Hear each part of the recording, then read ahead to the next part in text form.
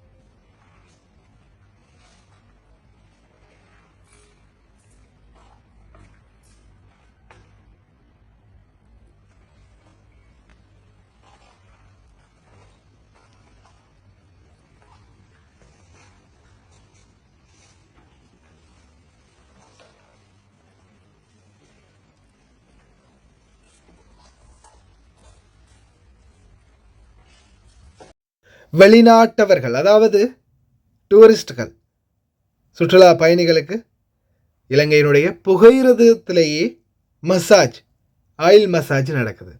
எவன் அப்போ விட்டு சொத்துடா இதெல்லாம்? அவன் இஷ்டத்துக்கு நாட்டில் வேண்டியதை யூஸ் பண்ணுறானுங்க.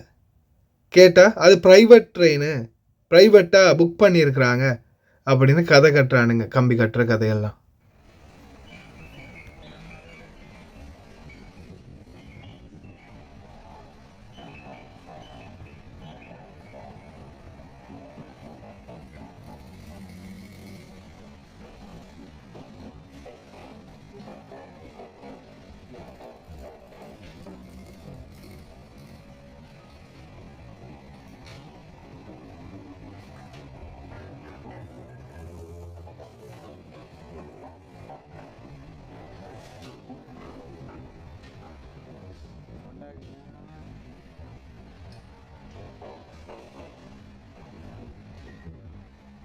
छोटा किले मेरे पास नहीं है.